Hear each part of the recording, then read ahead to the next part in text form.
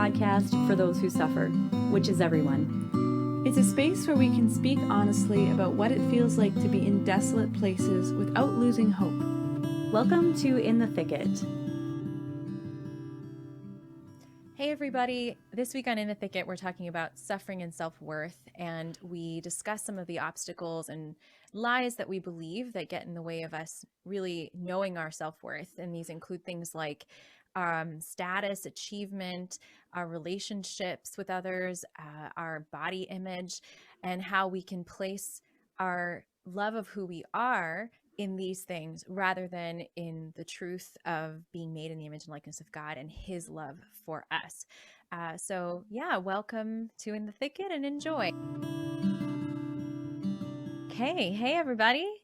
Hey. Hello. How are you? Good. How are you guys? How's it going? How's your week?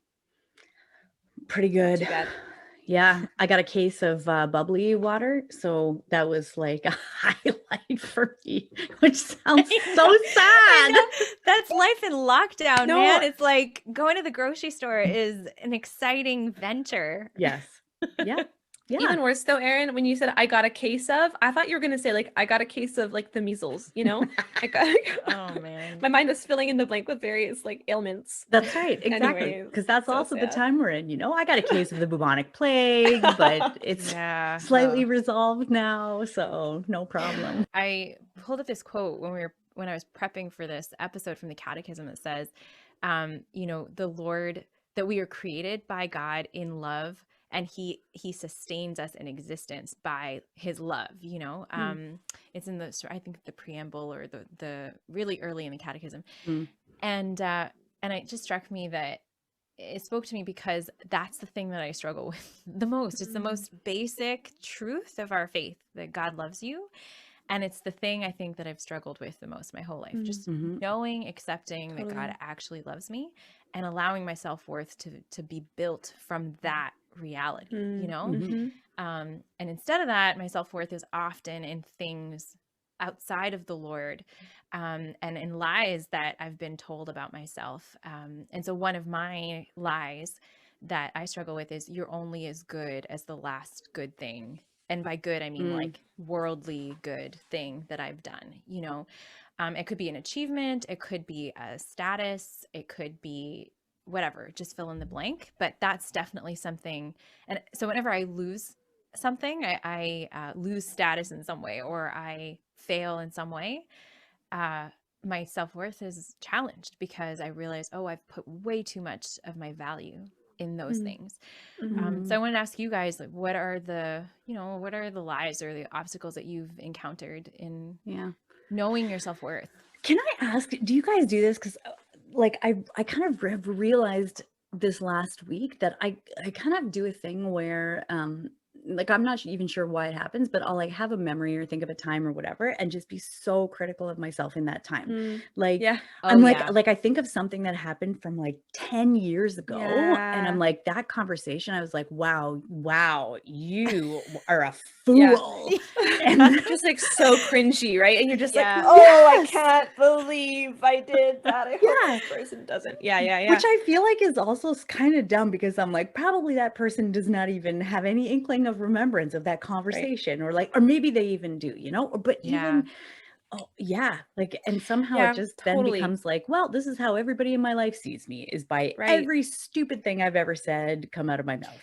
Can I also say one of the worst experiences that I've been through, or some of the worst experiences that I've been through, is when someone does see me the way that I fear they see me and they call me out on it. And then all I can think of, and I'm still battling through wounds of that, like all I can think of is that they figured it out. They found out who I really am, and that's who I really am. And it's been such a wounding experience in my life that God has been, but it's been a revelation too, because when people call me out on something that I think I am, and I don't mean, okay, should qualify. There's good ways in which people call me out in my life, which are fantastic. And we all need that. But I'm talking about that toxic view of yourself that you have. And someone's going through a rough day, or they just have their own stuff and they call that out, and they shouldn't really. It was wrong of them to, but they're going through their own thing. and you just take that as gospel because you're like, that's how I Yeah. really feel. And Right. that's shown me, oh, that is how I really feel about myself. Because when Yeah. you said that, it resonated as true, you know, and Mm. Mhm. it's a Mhm. lie, but it's so real. Yeah. No, I think so. And that's, talking about the lies that we believe, like Rachel, exactly what you're describing. I feel like, yeah, I'm like, yes, that is something that I've experienced, like I'm thinking about, um, all feeling for me is always, I'm a fairly quiet person sometimes. Like I can be talkative and I can be loud, but like if I'm stressed or if I'm just thinking about something, I just get quiet, and that's just whatever, I'm just thinking a lot. And so there's always been a part of me that's a bit insecure. It's kind of awkward and nerdy in high school and all these things, right? And so there's a part of me that's like, oh, this quietness, I'm just not enough. There's not enough of me. There's not enough personality. I'm not enough, right? That's been the lie I've received. Mm. Um, and I was in a dating relationship a few years ago where there were, and just it wasn't a good fit. But that was sort of that what was expressed to me, like, you're just it's hard to connect with you sometimes because you're just so quiet or things like that, and it's like, okay, legitimately somebody that was like identifying a place where this was just not a match of people, so that's fine. But for me, hearing that, it was like it brought back this wound of like, oh my gosh, like it's true. What I always feared is true. And like it took me a long Mhm. time to kind of work through that, and kind of just like that wound that was brought up of like, I'm not enough.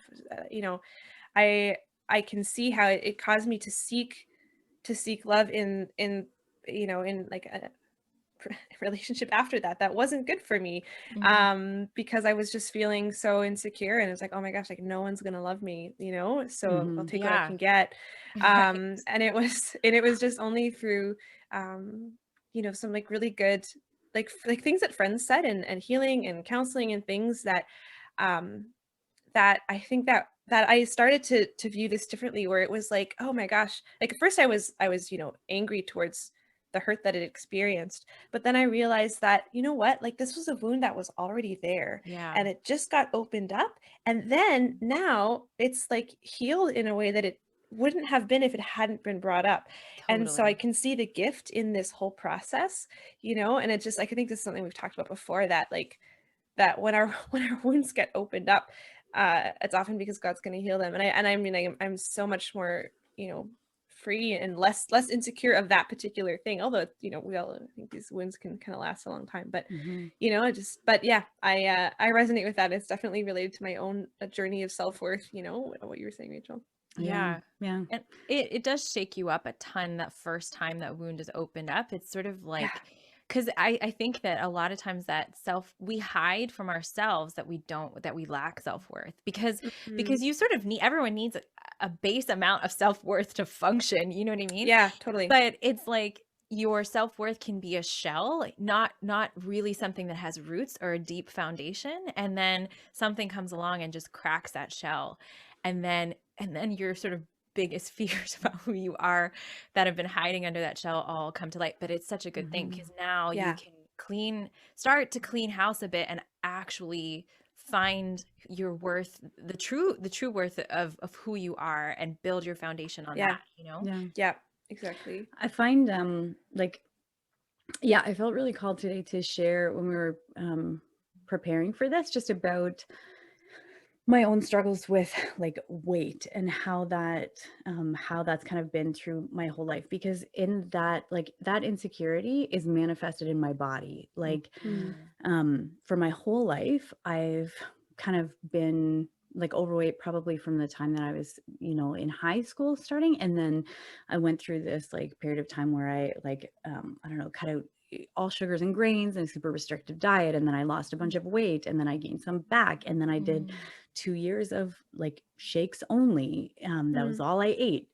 Wow. Was like 900 calories a day, and Mm. then I lost a bunch of weight, and then I gained some back, Mhm. and then I lost a bit, and then I had a hysterectomy, and then I gained like 100 pounds in Mm. like 7 months, like Mm. craziness. And then, it set off my fibromyalgia, and then it's hard to exercise. And even though I don't by any stretch of the imagination like eat crazy, and I'm trying actually really hard to eat really well, my body just like I just gain weight really easily, and it's been like a struggle for my whole life. And I think, like, I can remember times, for example, when one time when I was flying on a plane and I was in the window seat, and Mhm. then this guy and his wife came and she sat in the middle seat and then he sat on the outside, and then he said to his wife, turned and said to her, like, loudly, obviously, so it was, directed towards me, "Do you have enough room there, honey? You did pay for the whole seat."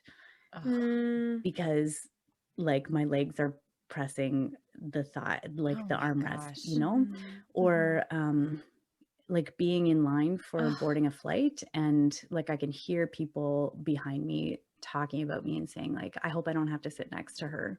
Mm, Or going into rooms, and the first thing that I do if I'm going in, I don't know, to a chair or to a theater or to a, a meeting or something like that, is look and see what the armrests on the chairs look like, because mhm. if they're like skinny chairs, then I'm gonna end up with bruises on the sides of my legs for the next week. Or thinking about every time I'm in a food court and I'm eating like French fries or something, like everybody else in Mm. the food court is eating, but then I can see, and some of it is just my own insecurity of being like, oh my goodness, everybody around me is judging me for what I'm eating right now. Mm. And some of it is actual, real, um, judgment from other people about, like, I've had medical professionals do it, like, talk about, I don't know how much I eat, or not believe me when I talk about how Mm, easy it is for me to gain weight. Mhm. mhm. And like, until they actually see it with their own eyes, and I Right. record, like, it's like I felt like I've kind of had to prove myself for Yeah. my whole life that I am Yeah. not like a gluttonous, um, Like, this is not my fault. Like, I didn't. yeah. Yeah, Yeah. your body is kind of working against you And and even if it yeah. was, like, even Yeah. if it Yeah. was, the thing is, like, Yeah, everybody, yeah, like, right. even if I was medicating myself all the time with food, which Yeah. definitely I do sometimes, because I Well, we think all that's do a, that. yeah, like, I mean, that's a pretty common thing, but for me, that manifests in my body, and because and even if there's somebody, yeah, that struggles with food or weight or like or anything like that, it's a struggle that manifests in the body, and so it's immediately Yeah. visible to Mhm. everybody around. And even on the other day on Facebook, somebody had shared something that talked about, it was something to do with COVID, but then included something about how people, if they have a high BMI, don't really have an ability to make decisions about, I don't know, COVID restrictions or things like, or health stuff or whatever, Mm. which I just found so offensive and hurtful. And I sent them a message. They haven't responded to me, which is also hurtful. Mm, But I feel like that for me is the insecurity of having, like, my self-worth is constantly a battleground where the Lord is telling me one thing from one side and everything around me in the world is telling me exactly the opposite, hmm, Mhm. hmm, hmm. Mhm. you know? Yeah. I think that's Um, yeah. That's just striking me what you're saying, Aaron, that sometimes what the Lord is calling us to, or the truth that the Lord is telling us, we're not hearing it anywhere else. And that is so lonely too. Mhm. Um, anyways, yeah. yeah, I was thinking, I had a couple thoughts. I was thinking, okay, there's the cross of, so you were mentioning, well, for some people, maybe their struggle with weight is directly correlated to their diet and how they're managing that part of their lives. Okay. And so there's maybe there's some truth there to changes in behavior that could change the reality of their weight. So, okay, I think just like any other habit that any of us struggle with or any other thing that we might have, it's not bad for that person to have information given them by their medical professionals or their family or whatever and be like, "Hey, have you tried this? Have you tried that?" Just like if I was dealing with, which I do deal with, like, medicating myself with Netflix and YouTube and stuff like that. Like I need to try to get away from that because I'm putting Netflix in the place of God in a way. Like it's Mm. comforting me where God wants to comfort me. The difference is, like what you said, that no one, when I go to the airport or the grocery store or Wendy's, no one knows that that's a struggle that I have. So it's only the people that are close to me that love me that can walk with me in that struggle. And and appropriately, speak into the places in which I will build me up and give me life. And you're But loved by them. and I'm loved by them. Exactly. It's not like Right. random strangers deciding to, tell me or say things to me that they have no context for and have no understanding of, and that where they don't love me at all.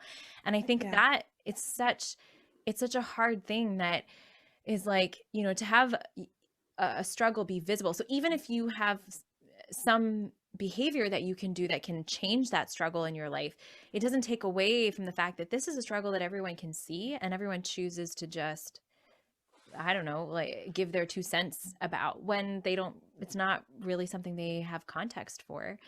But then for you, there's an additional piece in which there isn't actually a ton of correlation between your behavior and your body, because of all of these other circumstances and situations and the way that your body works. Mhm. And so then there's like the added reality of, you are deciding the way that I live and my choices, and those aren't even my choices, And so it's like, I'm just kind of, I guess I'm extrapolating on what you've shared with us, but Mhm. I'm just thinking it through, and how hard that is. That to Mhm. be misunderstood is always hard, but to be misunderstood without even an opportunity to share who you really are. So like Mhm. on the face of it, to be misunderstood is really, really challenging, Mhm. and Yeah. would be a huge battle in self-worth, Mhm. Mm. yeah. Yeah. Yeah. I mean, how have you, how have you Mm. equipped yourself for that battle? It's a good question. And even while you were talking, I was thinking about, there's kind of something similar, like even to do with fibromyalgia, for example. Like sometimes it's really hard for me to stay connected with people. Like it's hard for me to, like if I'm having a day where I'm just like done for cognitively, or I'm just too tired, whatever, to, I don't know, text somebody or whatever. So I'm like the worst at keeping in touch with friends often, or, stuff like that. And for a long time, it was like I felt really guilty, or like I was failing in those things, which also doesn't make sense because like I have an illness and there's a Mhm. reason for it, you know? Right. But Yeah. but for me, it's exactly what you're talking about, is the misunderstoodness of that. And in some ways, kind of giving that to the Lord, and actually starting to see it as an opportunity for something that I can offer to him, like being misunderstood in that. And even if people are thinking the worst about me because of that, like because I haven't been in touch, because I haven't, maintained, like, or whatever, that that the Lord knows the truth of it. And so I can, it's like offering that, being misunderstood to him and with him, because he was misunderstood, and trusting that he'll bring good for that. Like there's been some freedom from that, in that, for me.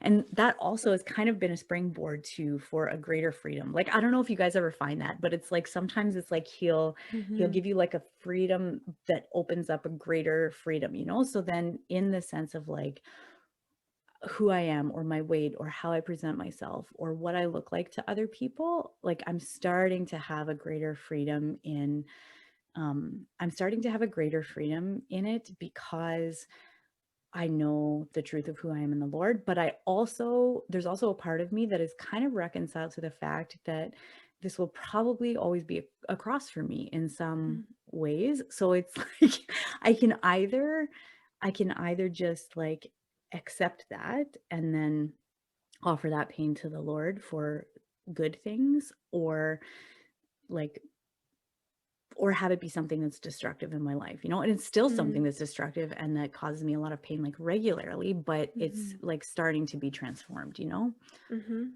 Yeah. Mhm.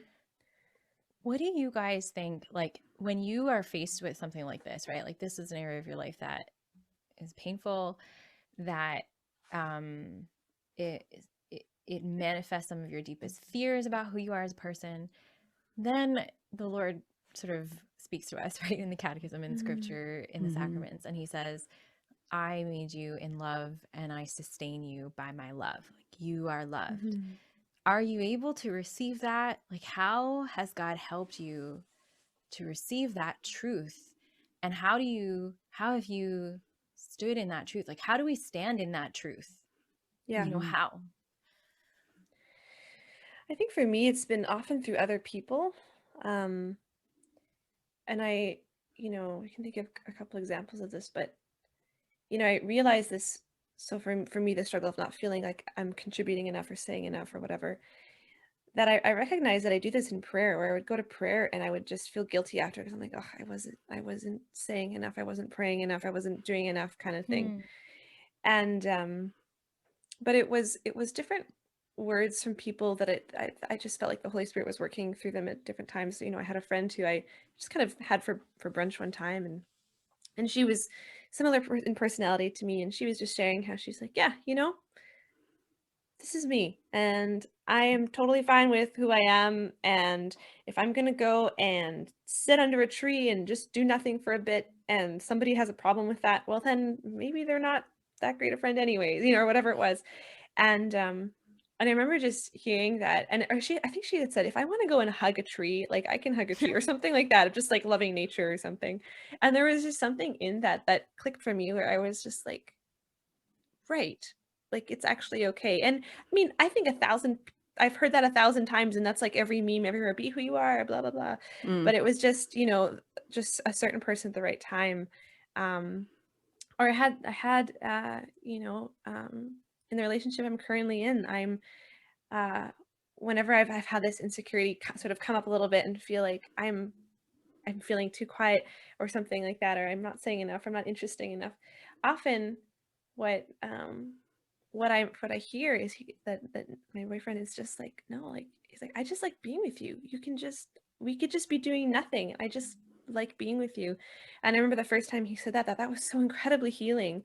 And Hmm. that when I went to, I did my morning prayer the next day, I felt like the Lord was like, that's how I feel like with you. Like this is, Oh. and bringing it back to prayer. He's like, I just like being with you. You don't have to be this perfect prayer person. I just like being with you. Mm-hmm. And so those are, I think, just healing has come for me just from words of others, because these are things that I would bring to prayer and ask for healing for, Lord, help me be free, help me be whatever. And that, I would love it was just sort of a lightning stroke of grace, or just sort of everything happens, but sometimes it's really slow. But just, I don't know, I think for me, being open with God of what I'm feeling in prayer, and then allowing myself to also be vulnerable with other people who I trust, who are in my life, to Mm-hmm. say, hey, this is what I'm insecure about, this is what I'm feeling, and allowing them to speak truth into that, like, that has been really healing for me. Yeah. Hmm. Yeah. I feel like I mean, I don't know if you guys remember this, but I remember during when we were doing Exodus 90 and we're meeting in my little office at Newman, and Yeah. we were getting ready to go somewhere. I think it might have been the Cardinals dinner potentially. And I Wait, had can I this, pause? oh So yes. we'd like just define for those of our listeners who maybe don't know. So the Newman Oh right. Center at the University of Toronto, and which is where Aaron worked for a number of years, and where we kind of all met, and we did a Yeah. program called Exodus 90 together, which is like a 90-day program. It's actually designed for men, but we decided to do it because it was cool, It looked and awesome. of like fasting and asceticism and prayer. Um, and then Yeah. what was the other Highly thing I think we recommend. mentioned? Yeah, it was really great. Newman in my Cardinals dinner. office. Oh, the Oh, the Cardinals dinner. Cardinals dinner, So yeah, yeah. Toronto, they have this dinner every year. Cardinal Collins has, and it's a big fundraiser for Catholic charities. So basically, they have recipients, and it's very fancy. They have politicians come, so like usually the Hmm. premier, the or somebody representing the prime minister. It's a big deal, Yeah. But we always used to get a table from work. Somebody donated it so that we could bring some students, but it's fancy. So like fancy. So Black tie. black tie. Yep. So I had this dress that I wore to my sister's wedding because I was her bridesmaid, this beautiful dress. And I remember like getting zipped into it and it not fitting, and Mm. like I remember being there with you guys and just like having somebody, like being in that moment. I can still feel like the feelings of like despair or fear or hopelessness, or like Mm. the experience of having like the pain of that just slap you in the face, Yeah. Mm. but being Yeah. there with people who have loved me and who do love me, um it's just like it's different, and so Yeah. that I think has definitely, like you say, Nicole, been healing for me too, like seeing how, and then taking it to prayer, and then starting Yeah. to see how the Lord loves me in that. And one of the things that I found in the past few weeks is yeah, again, last time I was talking about my spiritual director, we were talking about like declaratory prayer and Yeah. how the Lord, like there are things that he says in scripture that are like it's his word, you know? So like this word of like you are the apple of my eye, you know? So like if I say I am the apple of your eye, then it's Mm. true. Like it Yeah. is It is scriptural. true. That's It right. is true. Yeah. And so she said every time when you sit down, because exactly what you're saying, Rachel, it's like doubting our own goodness, you know? And I feel like it Yeah. comes in layers. It's like as soon as I see some part of myself that's goodness or accept a weakness or whatever, there's just another layer underneath of it that the Oh Lord is yeah. like, okay, now let's dig again. Let's dig Yeah. again. Let's dig again, you know? But that's been actually really helpful for me is like, so right now, one of the words like that really has stood out for me is like, the Lord will fight for you. You have only to keep still. So Yeah. like Oh, then I love I'm that verse. saying it, you will fight for me. I have only to keep still. You will fight for Mhm. me. I have only to keep still. And it's like, you know what I mean? The more you say Mhm. it, especially because Yes. I'm such an Mhm. extrovert, then it's like, Mm. then Yeah. I actually start to believe it over time, you know? Yeah. And then he's Yeah. like working in there. Yeah. I love Um, that. I don't know if this is Nicole, you'll know this because Nicole studies brain stuff better than I do. But Brain stuff. I love it. I have I have a problem that is the opposite of you guys actually. So being very blessed with a lot of friends and family in my life who truly love me. I get lots of affirmation from these amazing people, and I don't believe it. Like I don't believe any of Mm. it. So it doesn't feed me at all. It's like water off a duck's back. You know, it doesn't go anywhere. It doesn't fill me Mhm. up. And that in itself, so I recognize, okay, that is wrong. Why doesn't the goodness of others that are loving me, why doesn't it build me up at all? And it doesn't.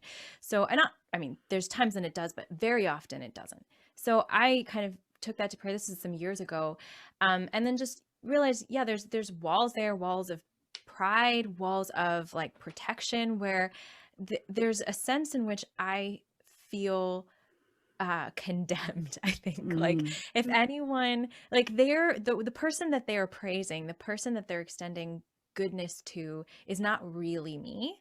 If they Mm. knew the real me, they wouldn't love me. So there's a sense in which I Mm. can't receive anyone's love because it's not who I really am. So like the Lord helped me to see this. And a good priest friend of my family's who also has done some psychology and things like that suggested these similar to what you're talking about, Aaron. Affirmations is what he called them.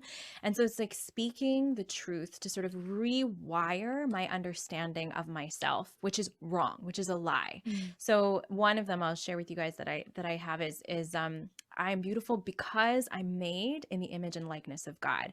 So that my beauty is not qualified by whatever, pick a thing, but it is simply the truth because I'm created in the image and likeness of God. Mhm. Um, the Sisters of Life, they always say like compare, despair, or whatever. mm, So another Yeah. one is like, I do not compare myself with others because I'm lovable the way that I am, because Yeah. this is how God made me. So there's different things like that, affirmation. So I was invited to say them often, and I'm not kidding you. I would start to say them, and I would feel like an idiot. This mm, stuff that I'm Mm. saying is Mhm. not true. Like, Mhm. Mhm. and so I think recognizing first whatever lies we believe about ourselves, and maybe we can't articulate them even, but just recognizing, okay, it's wrong that I'm unable to receive the love of others, or for the love of others to fill me up, or for me to feel completely like nothing, like trash, because of this one thing that I can't do, or because of mhm, this one way that I can't be. And bringing all of that to prayer and to the people that we trust. It's definitely a journey. But Yeah. yeah, for me, it was the opposite. I have had to journey interiorly with the Lord Right. so that I can receive the love Right. and affirmation of other people, which is still a work in progress. Yeah.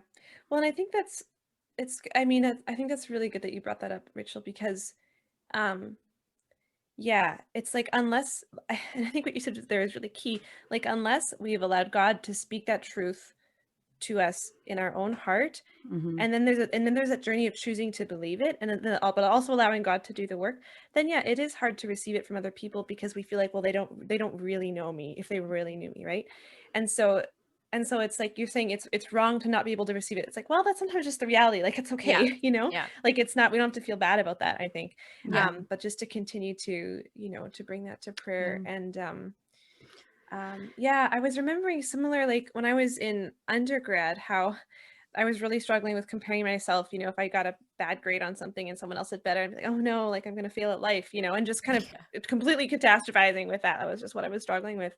And I think my parents helped me make just like a list of things that I know that are true. I think I don't remember all of them, but it was just like, God has a plan for me. I have Mm. a unique call that no one else has. Um, whatever God's calling me to do, he'll give me the grace to do it. And if I don't do well in a particular assignment, it's okay. It must mean that I didn't need to for whatever God's plan is for my life. And, I'm just going to do my best and allow God to work with whatever I can. And my best is not the sort of theoretical best that I could if I was in some sort of perfect amount of sleep and perfect, but it's the reality of whatever best I can give on whatever day, all these things. Mhm. And then I think I like kept it in my backpack and I would just take it out when I started to spiral and just kind of read it over until I was like, okay, this is, and the thing is, I didn't feel like I believed it, but I was like, I'm going to make an intellectual choice to believe this and just keep doing that until it sticks. And then sometimes I'd read the list and I'd be like, yeah, this is insert word, like this doesn't make, and then I would just call like my parents or something and be like, can you guys just remind me of what's true? I'm just stuck right now. I'm spiraling, Yeah. um, Yeah. Yeah. I mean, it's true. All of these things are complicated. Like sometimes they're Yeah. just complicated, and it's okay to say sometimes it's just messy. Like because it sounds like we all have issues, and there is something to be said for like a path of healing where the Lord reveals to us like where is a wound in our hearts, and then we can turn to Him with that, and He can work in that and transform it into something beautiful, like where there's a beautiful garden that grows for that, but sometimes it's just messy because yeah. because everything is can be so tied together. Like I can think of when you're talking, Rachel, I'm like, yeah, like I feel that in myself where where somebody will just do something like nice for me, or they'll be caring for me, and I doubt like Yeah, like in that, you know what I totally. mean? It's like like there's like a part of me that's like no, like don't, Yeah. and part of that is like pride because I want to be able to do things myself because I'm very Yeah. capable, there's like some of that in it, but then some of it is like I'm doubtful that they're honest, Yeah. like in their love for me and in their desire to do good for me, and they're doing it either out of obligation or that they'll lure me in and then Totally. trick me and then pull the rug out for me and then hurt me, like Yeah. Because as that soon as I let them happens in. It sometimes. does happen sometimes. That's the part. It's like, It does. It it's does. so it is vulnerable to receive love because that's Yeah. But I think Yeah. that the journey about self-worth, the importance of it, it actually is so tied to humility. I think that being humble enough to go before the Lord with all of our brokenness and whatever, and then believe Him when He says, I love you. Like I actually do. But I think one of the biggest revelations for me in terms of the fact that I lacked self-worth was when I really knew that I was a sinner. Like when you grow up Catholic, which I have, and you're kind of a goody two shoes and an achiever and whatever, you think you've earned the love of God without realizing that you think you Sure. have. Yeah. That common lie we all kind of think. So you Yeah. think you have, and I thought that I had until one summer in my 20s, it was just the whole summer was like a huge slap in the face of being like, no, you haven't earned the love of God. And yeah, you're really a messy sinner. And I mean, I knew that I was a sinner before that, but I didn't realize what that meant, I think, when in relationship to me and God. I thought there was more of an equal footing between me and God than you know what I mean? I was like, well, you bring your infinite awesome love to the table, and I bring like my great my efforts. goodness. That's right. Yeah. And my rosaries and my awesomeness. And just my awesomeness, that's what I bring, right? Yeah. And then that summer just totally undermined that and was like, no, okay, like I bring all of my gross stuff, and you still bring your infinite love, personal love for me, and that doesn't change. And so I think the humility that I had to grow in and still am growing in to recognize that, like I haven't earned the Lord's love. There's nothing I can do to earn His love. And also I'm doing lots of stuff every day that should make him walk away from me, but it doesn't, because Right. because he loves me exactly where I am, Yeah. and he wants me to see the mess that I'm in. All Mm-hmm. of that, like, it just took Mm-hmm. so much undoing in me. But Yeah. then there's so much freedom, like you said, Aaron, in this path, because that humility opens the door to so much of your relationship with God and your relationship with others, where you're less and less afraid. If Mm-hmm. you kind of see things for the way they really are, then you have no reason to be afraid, because the love of God is covering all of it. And for me, a beautiful witness of that is just thinking of examples of people who are faithful people and have incredible self-worth. And the person who's Mm. coming to mind right now is not a living person. It's G.K. Chesterton. You can Hmm. sort of like, maybe Mm. he probably did struggle with self-worth, but I'm just thinking this like old kind of crabby, chubby dude with like, who like, I don't know, who had these very clear, strict sort of moral kind of views, but also was obviously a genius. And so people loved him because he was a genius and who was hilarious. But I think his genius and his hilarity were given all that room to be shared, was given all that room to be shared and exposed, because he knew, I'm extrapolating because I don't know, but I think he probably knew that he was loved. Yeah. And so he Yeah. wasn't afraid to show up in the world exactly how God made Mm-hmm. him, with all his brokenness, Mm-hmm. and share what the gifts that God had given him with Yeah. everyone, Yeah. Mm-hmm. you know? Yeah. Or you think of like Mary Magdalene, or Saint Mary of Egypt, and different saints who had, like, if you look at their past, they're not like exemplary, virtuous people in the past, and yet they were loved by God, and are they knew that they were loved by God. Mary Magdalene going, and she's the one who, anoints Jesus' feet with her hair and gets super criticized for it, but she's like, I don't care. Like, she knows, she like Yeah. nothing, the opinions of others don't matter to her Mm-hmm. anymore, because she Yeah. knows who she is, and she is beloved by Jesus, and therefore she's with him. Mm-hmm. She doesn't leave him at the cross. Like, this is a fearless woman, Yeah. Mhm. and so I think it's like such a beautiful invitation that Yeah. it is through our own sin and our suffering, and then allowing the gaze of Christ to meet us and love us, that we Mm-hmm. become fearless and in who we are, and then Yeah. become saints. Yeah. And I think too, it's like it's good to remind ourselves that it doesn't necessarily mean that our weaknesses or sin or what or like our woundedness or whatever will be resolved. Like, because God loves us, then this thing is going to go away and we will no longer struggle with this, or like something like that. Right. But I wanted to read, if it's okay with you, it just reminded me of the letter that the Holy Father put out on Saint Joseph.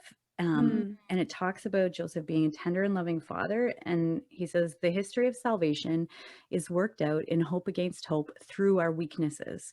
All Yeah. too often, we think that God works only through our better parts, yet most of his plans are realized in and despite our frailty. Mm. Thus, St. Paul could say, to keep me from being too elated, a thorn was given me in the flesh, a messenger of Satan to torment me, to keep me from being too elated. 3 times I appealed to the Lord about this, that it would leave me, but he said to me, my grace is sufficient for you, for power is made perfect in weakness.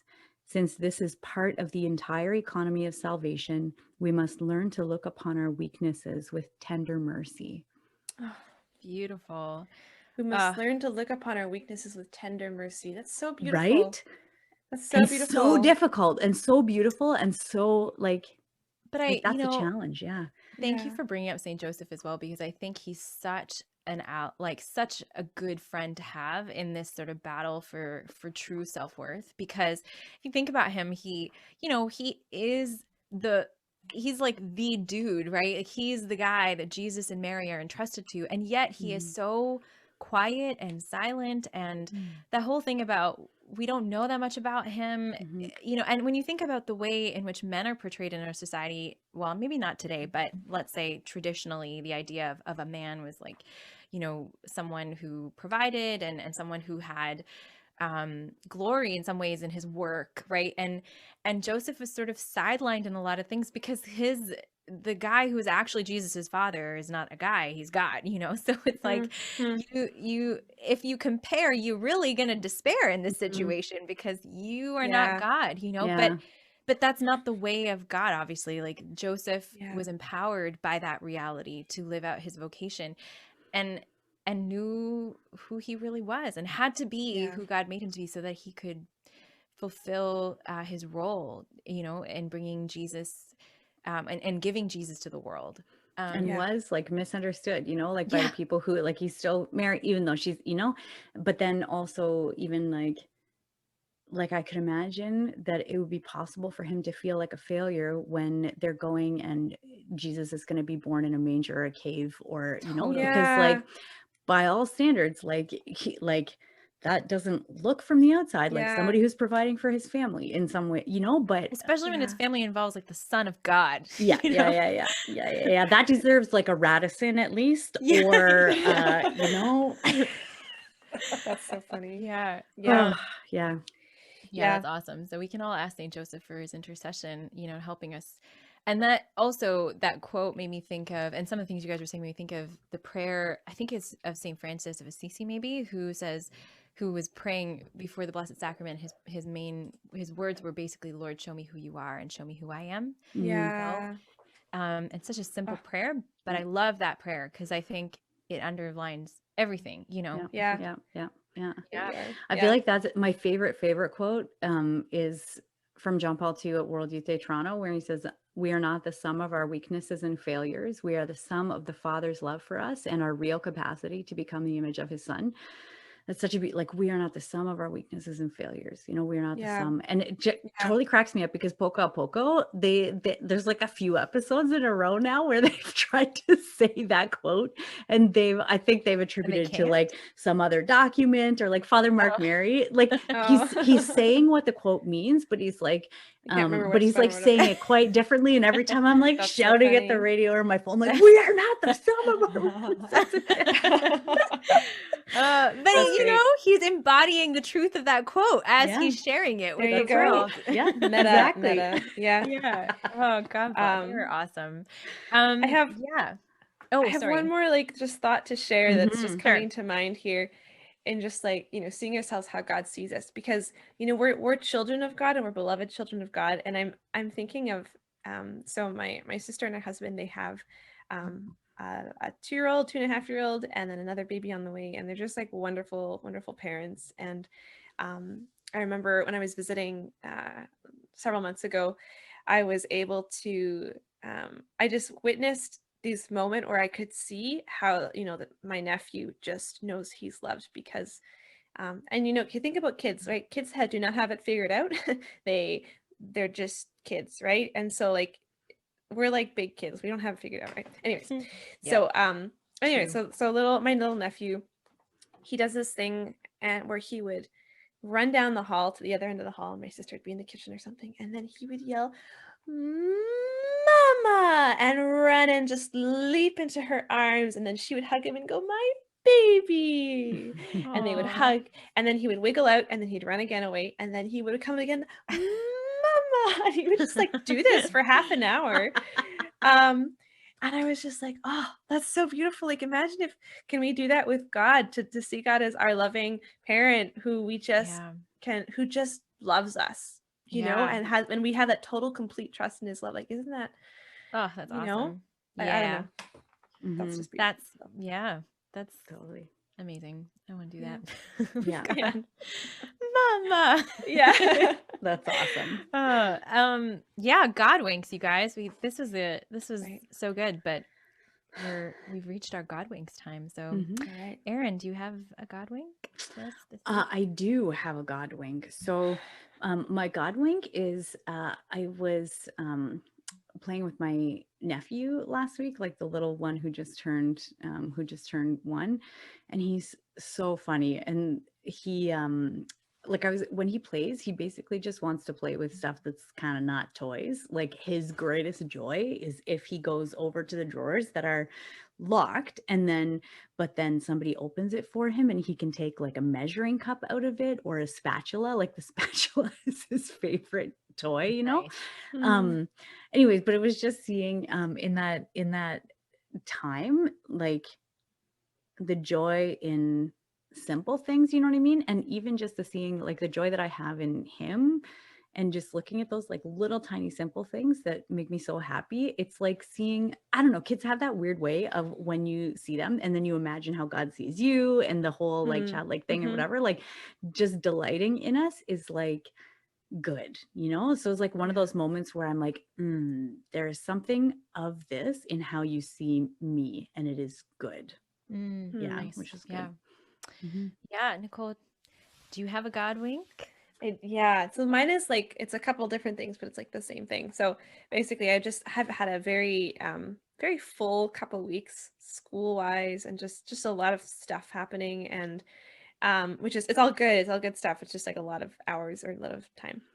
Um, and so there's been a couple moments where I'm like, okay, you know, I need to like the other day I was like, I need to go grocery shopping. And so I'm gonna go early in the morning and then I'm gonna do all my stuff. And I'm like pushing myself to do this, but I know that it's like I'm tired and it's, you know, whatever it is.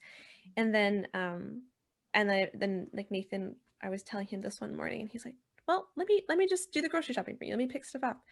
And it's really hard for me to like let somebody do that, but then just being like, okay, you know, he was like, just let me do this, you know. I was like, okay, all right. And just feeling then so like loved by that, because then Aw. like someone just did the grocery shopping for me. It's so nice, you know, or Mhm. just like little things like that. So I think that's my God winks this week, is just little ways that I felt very like just taken care of by shout out to Nathan, my wonderful boyfriend. Yeah. Yeah. Yeah, Nathan. But yeah, no, thanks guys. Those are so beautiful. For me, it was more of an interior thing this week. So I part of a young adult ministry, Spirit-filled Leaders. It's run through ID, which is a young adult ministry from the States. And anyways, it's been really good. And we had a talk this Monday that just like in the talk, the speaker was using the exact words. Like that day I had been like, this is something I feel like the Lord wants me to think about and to reflect on in my own life. And I was sort of thinking of these specific words. And this speaker used those exact words like in her talk. And so it was such a cool affirmation of what God had been showing me in my prayer life. And I think it's such an encouragement. Like it's so crazy. We talk about these God winks every week, but I just feel like I want people to know, like they're real. Like the Yeah. Lord wants us to Yeah. know stuff. He wants us to grow. He wants us to hear his voice, you know, and Mhm. that's why we do them, because we just want to Mhm. witness to the fact that Jesus is always speaking to us. Yeah. And we should always be listening. So, it happens like it did for you guys, for me in different ways. But this past week, it happened in this kind of very direct way. And I love that. I was so grateful. There's so much peace. So much peace comes into our lives and our hearts when we hear the voice of God, however he Yeah. speaks to us. Yeah. Yeah. Okay, so we're praying Sweet. for all you guys. We love you guys. Woo! Whoever's listening. Yeah. Dude, that was an intense one. Yeah. intense one. Yeah. Yeah. do We know love you. self-worth is a struggle, but we love you and the Lord does too. And you should believe it. Believe that we love you. Yeah, and that more that God loves you, because That's right. that's the big Yeah. Or if you Yeah. can't believe it, ask for the grace to believe it. Yeah. Okay, bye everybody. See you next Okay, week. bye. Bye. Thank you for joining us for this episode of In the Thicket. If you like what you hear, give us a rating and hit that subscribe button. We have new episodes every Monday with more stories and honest conversations about life when the going gets rough, and the hope and humor amidst it all. We'd love for you to join our community on Instagram and Facebook at In the Thicket Podcast. While you're there, let us know how we can pray for you. God bless, and see you next week.